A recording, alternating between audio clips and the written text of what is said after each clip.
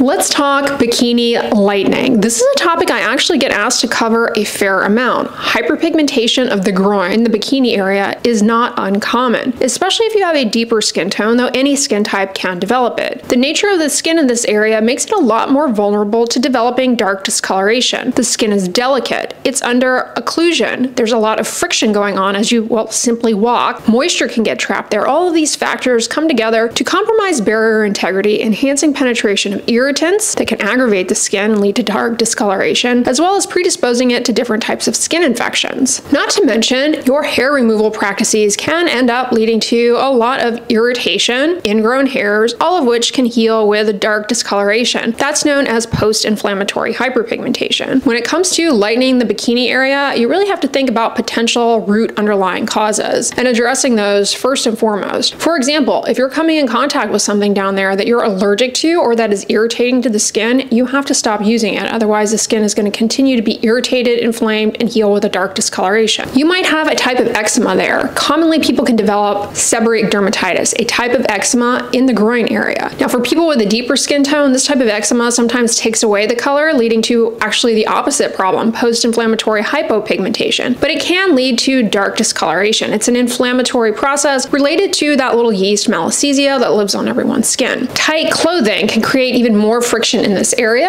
and aggravate discoloration, making it more stubborn to fade. Like I said, the groin area, the bikini area, is vulnerable to certain types of infections, such as the fungal infection known as jock itch. Now, jock itch is notoriously pretty itchy. It's often very scaly and flaky, and it definitely can leave your bikini area dark and discolored. You need to check out my video all about how to get rid of jock itch because I give a lot of high-yield tips and tricks for clearing it up. You can also develop an infection with Candida yeast. Candida naturally colonizes our digestive tract, but it can take over and cause problematic, uncomfortable rashes on the skin, especially where we have skin-on-skin contact, skin folds, trapping of moisture, etc. Check out my video all about signs of skin yeast infections and how to get rid of them because I give a lot of practical tips and tricks in that video. In addition to addressing any potential underlying root cause factors, what else can you do though to actually lighten the bikini area that's going to be effective and ideally work quickly? Nothing works overnight, but here are some tips and tricks. First of all, if you think that the bikini darkness is related to seborrheic dermatitis, consider shampooing the groin folds with an anti-dandruff shampoo. Lather it to the area, let it sit on the skin for a few minutes, and then rinse it off. This cuts down on the burden of that yeast depending on the anti-dandruff ingredient, and it also helps to control some of the inflammation and help address the underlying problem with barrier turnover that relates to those inflammatory, flaky, scaly patches that heal with dark discoloration. If you're going to do this, make sure you rinse it off completely. Don't leave any residue behind because that will irritate your skin. So what anti-dandruff shampoo should you try? There are many great options out there, such as Selsun Blue with selenium sulfide, Head and Shoulders with zinc pyrithione, Nizoral with ketoconazole. Those are a great place to start. Check out my recent video all about how Selsun Blue with selenium sulfide can be a game changer for tackling these types of problems. I go into detail with regards to how to effectively use it on the body. Consider taking a break from hair removal, whether that be shaving, waxing, using a chemical depilatory. Just let the hair grow out for a while, especially if you deal with ingrown hairs. This can just help get things back on track and heal ingrown hairs. Now, it will take time for the dark discoloration to fade, but cutting back on hair removal can help allow the barrier to heal and help that hyperpigmentation clear up a little bit faster. When you do remove hair in this area, you have to be careful. It is a lot more vulnerable to post-hair removal irritation, whether that be waxing, chemical depilatories such as Nair. When you shave, make sure you take short strokes in the direction of hair growth. Don't press hard and do not shave over the same area multiple times. Before you shave, make sure you get the hair really wet, makes it easier to cut, and be sure and use a shaving cream, foam, some sort of barrier to cut down on irritation. After you rinse off the shave residue, apply a bland moisturizer. Now, here's where people will go wrong when it comes to bikini lightening. They will pursue different skin lightening ingredients that are known to target hyperpigmentation. However, many of these ingredients can be too irritating in this particular location, such as retinol, glycolic acid, lactic acid. Anything that exfoliates the skin in this area might actually end up up being too irritating, ultimately worsening the hyperpigmentation. An ingredient that I recommend trying out that can help with the hyperpigmentation is actually niacinamide. It's easy to tolerate in this area. It helps with your moisture barrier. It also helps to address hyperpigmentation by inhibiting the transfer of pigment packets to the keratinocytes, allowing that dark discoloration to clear out, and it's anti-inflammatory. It can really help you out, and it's pretty easy to come by. La Roche-Posay's Lipicare lotion, for example, has niacinamide in it and is a great option. Just using a moisturizer in this area can help with the hyperpigmentation by helping the barrier to be teed up, optimized, reducing irritation. It also helps lubricate the skin surface, cutting down on friction. Speaking of lubricating the skin surface,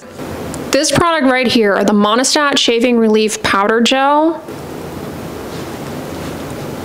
this is wonderful. It's a dimethicone skin protectant. It really helps to cut down on the frictional forces in this area that lead to irritation and exacerbate hyperpigmentation. It's a skin protectant. Now, I love this product because of the finish, the feel. It's really comfortable to apply. It doesn't feel greasy on the skin. It's clear, it's colorless. However, there are alternatives. You could also use a zinc oxide diaper rash cream. Zinc oxide is a skin protectant. Zinc oxide is also anti-inflammatory. For example, Aquaphor makes a diaper rash cream that I recommend. You could use it a little bit in this area. It will help cut down on friction, chafing, irritation, all of those things that aggravate hyperpigmentation in the groin folds. Speaking of friction and irritation, consider modifying what you are wearing. Stick to loose-fitting, breathable fabrics. This can be a game changer. When you are working out, when you get really sweaty, make sure you change out of the sweaty clothing, the sweaty underpants ASAP, and you rinse the sweat off the skin and then apply a moisturizer to the area, such as this. Why is that so important? Well, sweat is irritating and it easily gets trapped in the skin folds, aggravate irritation, and ultimately that worsens the hyperpigmentation. Speaking of rinsing the skin, this is another thing that a lot of people don't realize that they should do. This is another common mistake that many people make because they just don't even realize it's a problem. Make sure that you dry the area thoroughly. Water left on the skin, say after you get out of the shower, it's an irritant. It worsens irritation, it compromises barrier integrity, ultimately can really make it challenging to clear up the hyperpigmentation. So really make sure you dry this area thoroughly with a clean towel. Lay off of the exfoliants. Like I said, when it comes to tackling hyperpigmentation, there are some ingredients that can be really effective, and exfoliating may help clear out hyperpigmentation faster in some cases depending on the ingredient, such as glycolic acid, lactic acid. Even some mechanical exfoliants might help, although they ultimately anywhere can be a lot more irritating. I digress. In this area, exfoliating is not that helpful. In fact, it can take you a couple of steps back. Exfoliating in this area not only is not necessary, but it can make your skin a lot more vulnerable to irritation. So lay off the exfoliants in the groin folds. All right, guys, those are my tips and tricks for bikini lightening hyperpigmentation in the groin area. But I will leave you with this. This is something that takes time. It takes time and it takes patience and it takes consistency. Hyperpigmentation is not something that you can clear up in a couple of days. It can start looking better when you stay consistent within about 4 to 6 weeks, but sometimes longer. Now, we're getting ourselves into the colder months, depending on where you live, and so this might be a great time to start because by the time summer rolls around next year and you're ready for your bikini season, maybe you will be 10 steps ahead. All right, guys, I hope this video was helpful to you all. Now, on the end slate, I'm actually going to put one of my other videos all about how to lighten hyperpigmentation on the inner thigh area. A lot of different tips and tricks for that location specifically. So if that's something you're struggling with, check that video out next. But if you guys like this one, give it a thumbs up, share it with your friends, and as always, don't forget, sunscreen and subscribe. I'll talk to you guys tomorrow. Bye.